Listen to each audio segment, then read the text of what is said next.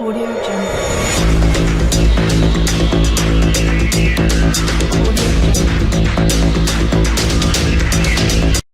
अस्सलाम वालेकुम दोस्तों, मैं हूं मोहम्मद शफीक और आप चैनल देख रहे हैं टेक्निकल शफीक टीवी। आज की वीडियो बहुत ही इंटरेस्टिंग होने लगी है क्योंकि आज मैं आपको बताऊंगा आप अपने लिए कौन सा मोबाइल चूज़ कर सकते हैं और वो भी बिल्कुल लो प्राइस में, और आपके बजट के मुताबिक कौन सा मोबाइल लेना चाहिए, क्या यूज़ में मोबाइल लेना चाहिए या हमें यूज़ में मोबाइल नहीं लेना चाहिए। अगर आप मेरे चैनल पर न्यू हैं तो प्लीज़ सब्सक्राइब कर दें और साथ लगे बेल आइकन को दबा दें ताकि मेरी हर नई आने वाली वीडियो आप तक जल्द से जल्द पहुँच सके।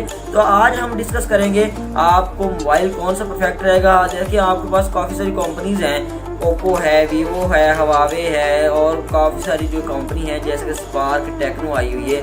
तो काफ़ी सारी कंपनीज जो हैं आ गई हैं, वो हमारे लिए अच्छे अच्छे मोबाइल लेके आ गई। लेकिन अगर प्राइस की बात करें तो हमारी समय सी दीवार है यार, 25 से 30,000 से अप में मोबाइल अच्छे मिल रहे हैं। लेकिन मैं एक ऐसी बताऊँगा चीज़ जो सब में सेम ही है, लेकिन वो आप सिर्फ गलती कर रहे हैं उसमें लेने के लिए। गलती ये कर रहे हैं आप कि जब मेरे पास मोबाइल जिसमें मैं वीडियो शूट कर रहा हूँ, अल्हम्दुलिल्लाह मैंने ये 20,000 का लिया था, ओप्पो A3s, ठीक है, और इसकी रैम भी 2GB है और मेमोरी भी 16GB है। मेमोरी के लिहाज से ये थोड़ा सा कम है। बाकी ये मोबाइल की अगर यूज़ करें तो मैं 3 मोबाइल से हॉटस्पॉट यूज़ करता हूँ और इसके साथ जो अपने मोबाइल पे मैं यूज़ करता हूँ, कंप्यूटर पे इंटरनेट यूज़ करता हूँ, इस पर नेट यूज़ करता हूँ। 10 MB/s ये जो है मेरा मोबाइल की स्पीड है और मेरे चैनल्स भी बने हुए हैं, सारा कुछ मतलब बना हुआ है। तो सारा लोड मेरा, सारा काम, जितना भी मेरा काम है, मैं 24 घंटे ऑनलाइन रहता हूँ। ऐसा कोई सेकंड या ऐसा कोई घंटा नहीं है कि मैं ऑनलाइन ना रहूँ। तो ऑनलाइन रहने के बावजूद मोबाइल मेरा ना तो हीटअप होता है ना कुछ होता है। रैम भी 2GB है। तो अगर बात करें 3GB रैम, 4GB रैम और 5 और 8, आजकल तो 8GB रैम तक आ गए मोबाइल। और उनकी प्राइस की बात करें तो यार बहुत ही प्राइस है। आप ऐसा करें, मेरी बात सुने, आपके लिए बजट मोबाइल है, आप 20 की रेंज तक मोबाइल ले लें और वो ओप्पो का हो या हवावे का हो। सैमसंग जितने भी मोबाइल हैं वो सारे हैंग हो जाते हैं, जितने भी उसके आ रहे हैं अच्छे मॉडल्स आ रहे हैं वो सारे जो हैं हैंग हो जाते हैं। आईफोन के बारे में बताऊंगा, लेकिन पहले इन छोटे मोबाइल के बारे में बता दूं तो जिनकी 3GB रैम है उनका भी कोई फ़ायदा नहीं है, यकीन माने कोई फ़ायदा नहीं। मेरे भाई के पास है, उसकी बिल्कुल स्पीड बिल्कुल स्लो है, 4 MB/s स्पीड है और वो हैंग होना स्टार्ट हो जाता है। वीवो कंपनी का है, ठीक है, वीवो 1610S है उसके पास है। लेकिन उससे पहले मैं आपको बताता हूँ, ये ओप्पो का मोबाइल जितने भी 2GB रैम या 4GB रैम ये ठीक है और प्राइस 20 से 25 की रेंज में लेना चाहिए। यार कैमरे का रिजल्ट वही होता है, सारा कुछ वही होता है, सिर्फ हमको बेवकूफ़ बनाते हैं, वो हमको लूट रहे हैं, ठीक है। थोड़ी सी चेंजिंग कर देते हैं मॉडल में, या रैम चेंज कर देते हैं या कोई चीज़ चेंज करते हैं। सॉफ्टवेयर भी वैसे ही, जब मैं बताता हूँ आपको, ओप्पो S37 आपने देखा होगा तो उसका जो रैम है वो भी वैसे ही है और ओप्पो जो A1 के है उसका भी रैम जो है वो सेम है।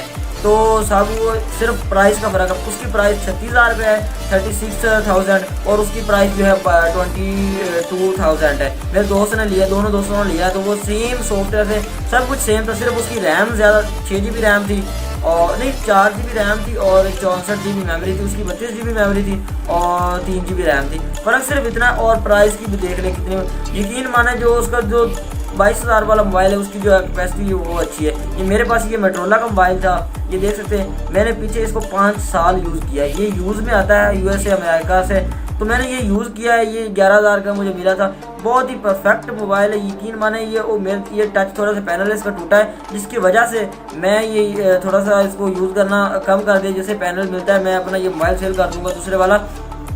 मोटोरोला के मोबाइल हैंग नहीं होते, जो मर्जी है यार। अगर आपने आईफोन लेना है, आईफोन के पास शशके ही हैं आपके पास, मैं बताता हूँ आपको, आईफोन की कोई टाइमिंग नहीं है, यकीन माने 4 घंटे टाइमिंग से ऊपर टाइमिंग नहीं है। और ना तो वो उसकी जो ऐप लॉक है वो लग जाए, iOS सॉफ्टवेयर ना हो, कंप्यूटर होना ज़रूरी है रीसेट करने के लिए, उसके iCloud लग जाए वो बड़ी प्रॉब्लम हो जाती है, लॉक भूल जाए, फिंगरप्रिंट भूल जाए, बड़ी प्रॉब्लम्स हैं। ना तो वो बटनों से रीसेट होता है, जितने भी मोबाइल हैं मैं बटनों से आपको रीसेट करके देता हूँ। उसके मतलब मैं वीडियो इंशाल्लाह जल्दी बना रहा हूँ कि किस तरह आप रीसेट कर सकते हैं। तो ये बहुत ज़्यादा प्रॉब्लम बनी हुई है, बहुत ही इंतहाई प्रॉब्लम बनी, आपकी सोच समझ से बाहर बनी हुई प्रॉब्लम।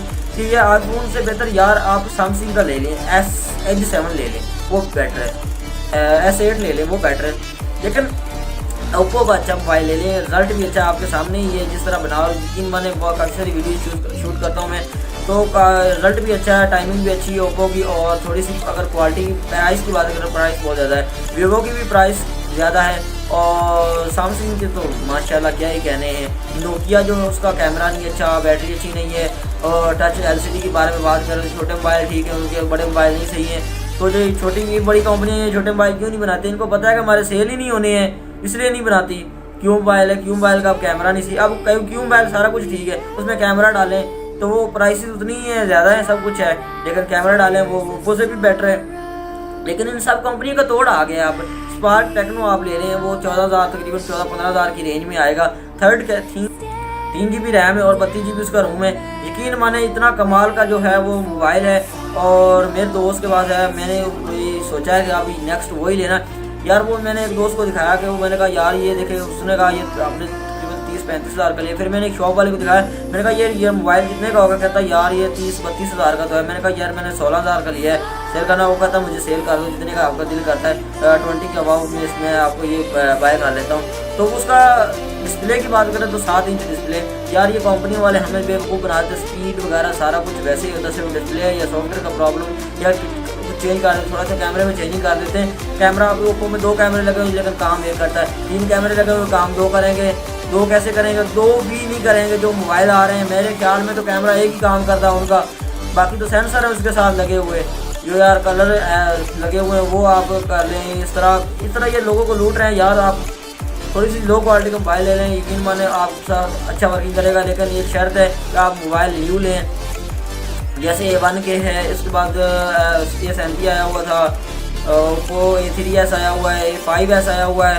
इस तरह का मोबाइल ले लें, इतनी रेंज में आपको परफेक्ट है यार। आपने कॉल सुनी, नेट जितना मर्जी नेट यूज़ कर ले, कुछ भी नहीं, ज़्यादा पंखों में पढ़ने की जरूरत ही क्या है हमें। मेरे दोस्त ने 32,000 का लिया था लेकिन बेकार निकला।